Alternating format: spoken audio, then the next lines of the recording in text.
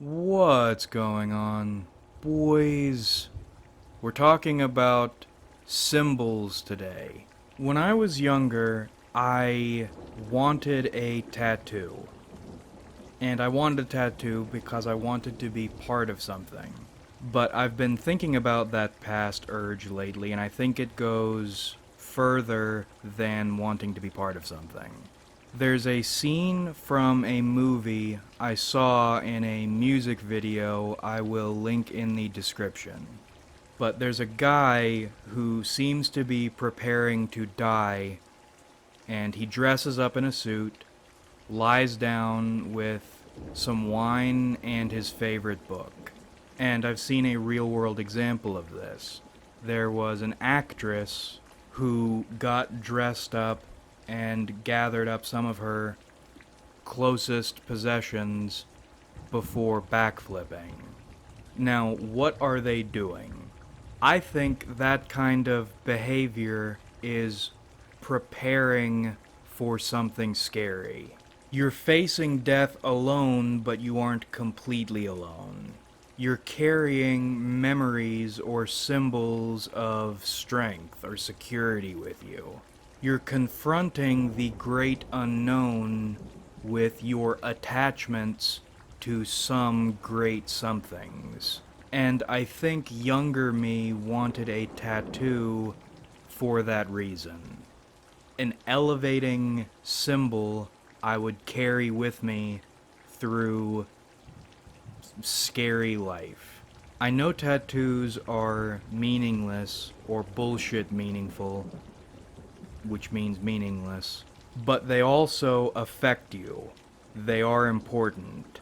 Whatever you get, you know you're carrying that message, if it is a message or if it is meaningless, in your skin. It's part of you. It's like, or it is, manufactured morphology. It's something you'll be thinking about and that might change as time goes on. And it's not just you carrying this idea generator around on your body. People will react to it. They will form their own opinions about you based on this symbol you've chosen to put in your skin. People might ask you about it and get your take on it, but their opinions of it are outside your control. Even a meaningless tattoo can have a tremendous impact on the way people view you. They remind me of the titles demons get in Warhammer Fantasy. It seems like it should be a small aesthetic change, but in reality, it can change everything. Or in real life, someone gets knighted. All you're doing is changing a word, but then all sorts of material things start changing in your life. All this is to say, whether or not you mean them to, tattoos affect your life. That's probably why I went through with neither of the two designs I had in mind. If your symbol turns out not to give you strength, you're now carrying a symbol of disappointment or any number of negative emotions in your skin. Yet, people will still react to it. So now you have 2 points in the "this was a mistake" category. Inside and outside. Now, let's discuss the two symbols a bit. The first symbol was the Gadsden flag. I was obsessed with it when I was younger. While it's an aggressive symbol, it's also supposed to be a unifying symbol. You carry this symbol if you hate tyrants and believe everyone should have the right to make their own decisions, live their lives the way they want to live their lives. And it's such an effective trick, I am astounded young dumbfuck me thought ahead enough not to go through with it. There's a quote by Faulkner George R.R. Martin appropriated. The human heart in conflict with itself is the only thing worth writing about. Now, Faulkner is fucking with you and doing something else when he says that. I can't tell if he's putting himself down or putting you down, but that quote is still true. The sooner you acknowledge, accept, and key into your own contradictions, the better off you'll be. Now, I say that because to me, the Gadsden flag was the unity symbol of the two. And I was thinking about both of them at the same time. Now, while I was younger, I had a hard time figuring out why I never went through with the Gadsden flag tattoo, because it seemed to be perfect. Bring everyone together to defend each other's right to be different. Like the end of Lost Planet 2. Still makes me tear up. But I think I didn't go through with it because I, on some level, knew my interpretation of the symbol did not match what the symbol meant to other people. You know how in the last decade young men have been clamoring for new daddies? Well, that cycle always ends the same way. Charismatic entity shows up and seems to know something. Young men put them on a pedestal and start forcing their ideas down everyone's throats, while either failing to meet their figurehead's expectations and degrading, or degrade while meeting their figurehead's expectations. What they seem to know, what the figurehead seems to know, does not work in practice. Then, figurehead gets outed as something or falls apart. The mob turns on them for being fed poison, and then starts criticizing anyone else who is or was following that figurehead, and then they have collective Alzheimer's and repeat the process. It's still going on today. I think I suspected the Gadsden flag would not be a lifelong source of power. Either it wasn't what I thought it was, or circumstances would turn it into something else. Something I would feel bad carrying, feel defeated carrying, feel stupid carrying. And that turned out to be the case. Firstly, the people who fly the Gadsden flag do not stand up to authorities.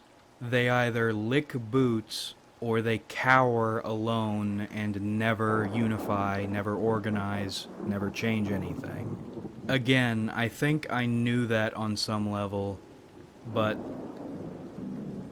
realizing or being confronted with the fact these are the people you've chosen to put in your skin would have been a punch in the stomach. I strongly recommend against carrying symbols you are a small part of and exercise no influence over, especially if you intend to draw power from them. And that's just internally. Every day knowing you were stupid enough to get duped. If I'm remembering correctly, there were discussions on whether or not the Gadsden flag should be labeled a hate symbol. External. You were trying to wear something good and unifying, and now you have a hate symbol on your body. That would have been a doubly unfortunate turn of events. You internalize a symbol designed to make you feel supported even when you're confronting things alone, and instead you end up completely alone, stupid, and now targeted. Thank God nobody did that and now has to live it. Second symbol is a whole lot different. It is a bad symbol. It is one you definitely should not see. Southerners are dumb because the things they're angry about come from government. But you can't criticize government because they're the people who ought to know you gotta back the blue and you gotta support the troops. So where do you direct all that anger?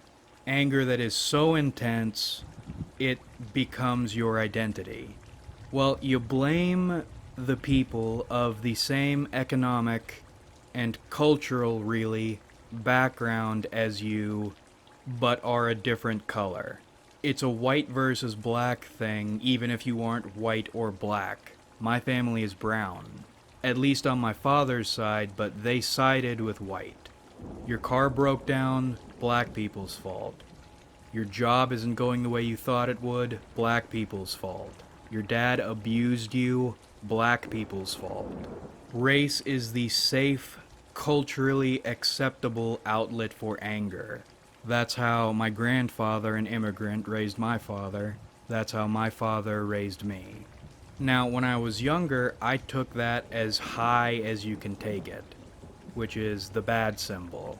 I was a very angry person, desperate for something to believe in and a way to get rid of the anger and probably not change anything, but at least not have that burning tar in your stomach. But two interesting things happened when I took it to that level. One, because the bad symbol is an escalation of the culture you're already raised in, you would expect to be rewarded for escalating it to that level, but in fact you aren't. You get cannibalized. You get turned into another thing to vent anger on. Because we don't do the bad symbol. The bad symbol doesn't back the blue or support the troops, even though the bad symbol represents things we're already doing. And two, if you didn't know, you aren't white. I still don't know what white is exactly, but once you start dealing with people invested in the bad symbol, you learn you are not it. And I think that's around when things really started changing in my head. Believing in the unity symbol leaves you duped and in league with hypocrites and cowards pretending they aren't cowards. Believing in the division symbol leaves you alone, attacked by hypocrites, and even angrier than before. So I threw away the Gadsden flag. Don't believe in movements or other people's memes. They'll trick you and sap power from you instead of giving it to you or inspiring it in you. And with the division symbol, you were angry at the wrong things. And based on the other symbol you were considering carrying, you should have already known that, but you were so angry you couldn't see it. Shoring up my defenses against enticing ideas and unfucking my angry brain took a long time. And I'm still resentful towards Southerners because some of those things you can't fix. You remember when Patrice asked Edward Norton if he saw Obama as a black guy? He's standing up there, do you see a black guy? That is a difficult question to put into words, but I know what it means, and yes, I do. If I see an Asian guy, I see a guy who is Asian. If I see a Hispanic guy, I see a guy who is Hispanic. If I see a black guy, I see a black guy. Now, you can alter your mindset with work toward positive connotations, but the fact you can do that means you see and acknowledge a difference. And no amount of work thus far, I haven't been able to make that go away. It's aggravating, and I think it'll be one of the reasons the United States collapses at some point. If on a cultural level you are trained to see a difference, that is not going away. Meaning there is always going to be a divide. Even if you don't pass that meme on to your children, good old Uncle Sam will. And that's aggravating because it's a roadblock between people and their coming together to do something about the state. Even if you managed not to have that divide cut into you, other people do. And that goes for other division memes too. Even if the great unifier were born, nobody would follow them. Groups of humans will force their divisions on individuals. The state isn't the only tyrant. People are. I have long hair, just long hair, in a community that hates long hair. Dumb fuck, fat, weak, subhuman rednecks will look down on me for my hair. There is no way large groups of people, at least dumb Americans, will put aside their differences to do anything. And now we come to another set of symbols. The human heart in conflict with itself. Now we have a crafted mutation of the unity symbol and an even further but mutated escalation of the division symbol. But we'll start with the division symbol because, interestingly enough, that one hasn't completely gone away. Occasionally, I'll still have these skinhead urges, but they're different. They're vacuous. The race thing isn't real, and even if it were, it wouldn't be something to fight for. You have no grand objective and nobody on your side. All you would be doing is pirating a symbol to make people angry and make yourself a target. But I think that's exactly why that urge still comes up every now and then. It is a pure symbol of hatred, not toward anyone or anything in specific, toward everyone and everything, externally and internally.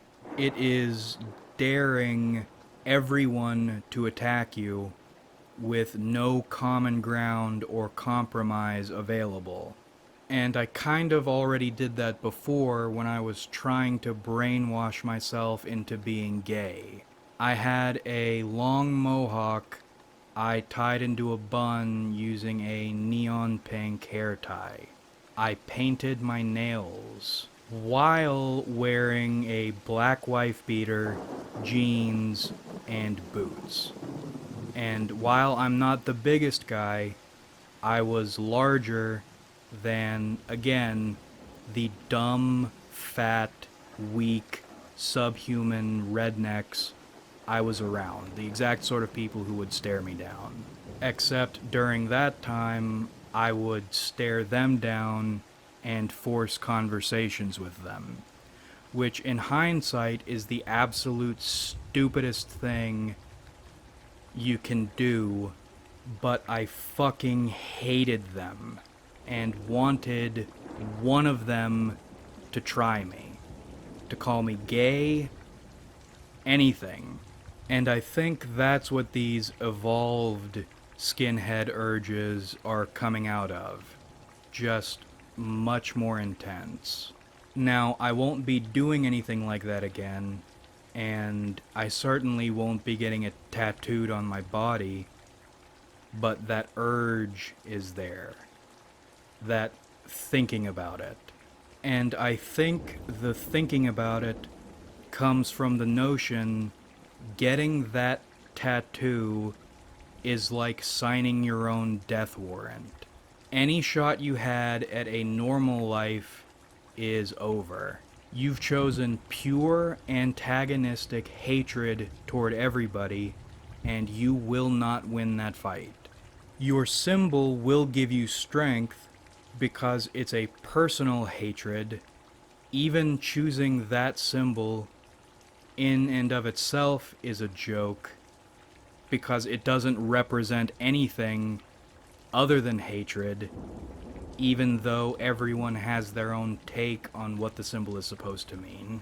When in reality, it is a prism of fuck you, but in the end, it will accomplish nothing on the material plane, and you will be facing the great unknown completely alone.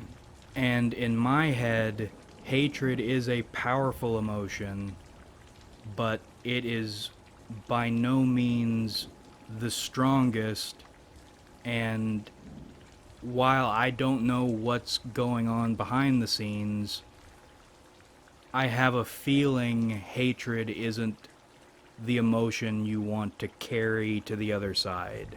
But then again, if you're ignoring it, you're repressing it, shadow shit, it will come out worse somehow, some way, sometime.